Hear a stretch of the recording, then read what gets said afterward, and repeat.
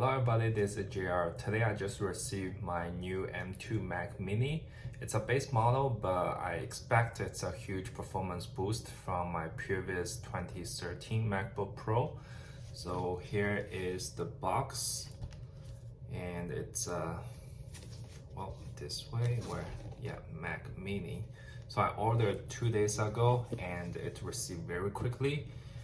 So I'll do a quick unboxing on it now. Let's get started.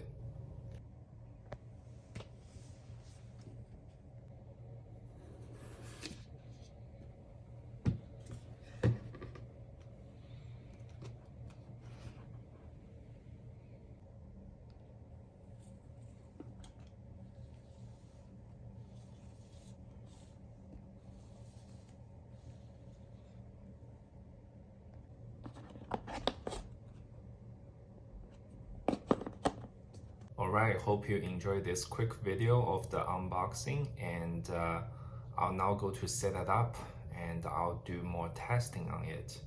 So thank you for watching the video. If you like, please give me a thumbs up and please remember to subscribe.